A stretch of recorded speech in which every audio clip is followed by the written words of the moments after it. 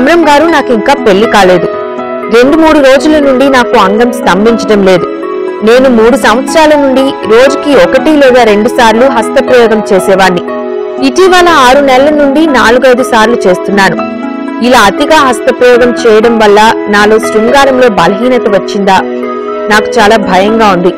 తిరిగి నాలో అంగస్తంభనలు కలుగుతాయా? నేను శృంగారానికి పనికి వస్తానా? నా సమస్యకు పరిష్కార మార్గం లేకపోతే చావే నాకు శరణ్యం. దీనికి ఏదైనా సలహా చెప్పండి అంటున్నారు.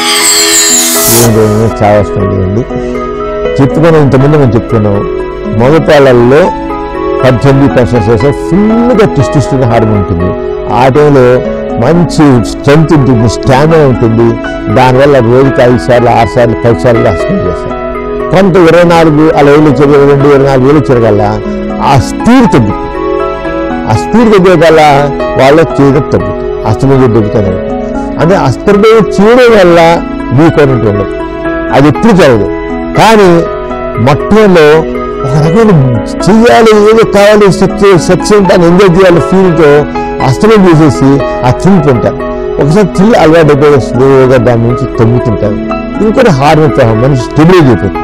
టెస్టోస్టెరాన్ హార్మోన్ ఉత్పత్తి రోజుల్లో చక్కగా థ్రిల్లింగ్గా ఉండి ఎక్కువసార్లు చేస్తే కాదు లేదు.